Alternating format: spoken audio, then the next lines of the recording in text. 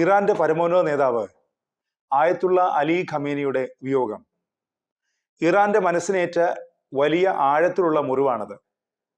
ഖമേനിയുടെ മരണത്തോടെയാണ് Iran അതിശക്തമായി Gulf രാജ്യങ്ങളിലെ US കേന്ദ്രങ്ങൾ ലക്ഷ്യമിട്ട് ആക്രമണം തുടങ്ങിയത്. അതിനിടെ ഇറാൻ കീഴടങ്ങില്ലെന്ന് പ്രഖ്യാപിച്ചിരിക്കുകയാണ് Iran president Masoud പെസഷ്കിയൻ. Iran US Israel സംഘർഷം 9ാം ദിവസത്തിലേക്ക് കടക്കുമ്പോഴാണ് പെസഷ്കിയന്റെ പ്രഖ്യാപനം.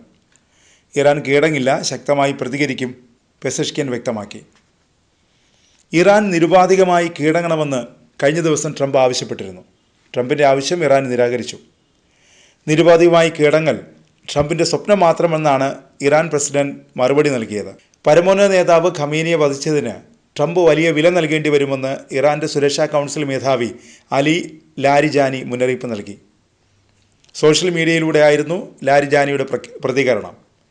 നേതാവിൻ്റെയും ജനങ്ങളുടെയും രക്തത്തിന് പകരം വീട്ടുമെന്നും ലാരിജാനി പ്രഖ്യാപിച്ചു.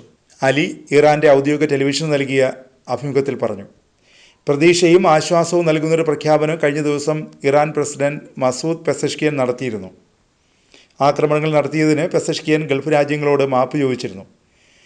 ഏറെ ആശ്വാസം നൽകുന്ന വാർത്തയായിരുന്നു അത്. എന്നാൽ ഈ ആശ്വാസത്തിന് അധിക ആയുസ് ഉണ്ടായിരുന്നില്ല.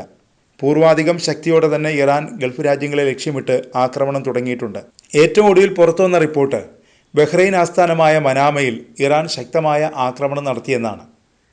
മനാമയിലെ US നാവികസേനയുടെ 5ാം കപ്പൽപ്പടയുടെ ആസ്ഥാനത്തിന് നേരെയാണ് ഇറാൻ മിസൈൽ ഡ്രോൺ ആക്രമണം നടത്തിയത്.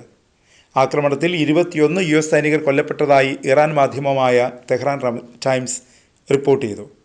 ആക്രമണത്തിൽ റഡാർ സംവിധാനങ്ങൾ, കെട്ടിടങ്ങൾ, സാറ്റലൈറ്റ് കമ്മ്യൂണിക്കേഷൻ സംവിധാനങ്ങൾ എന്നിവ തകർന്നതായി ഇറാൻ അറിയിച്ചു.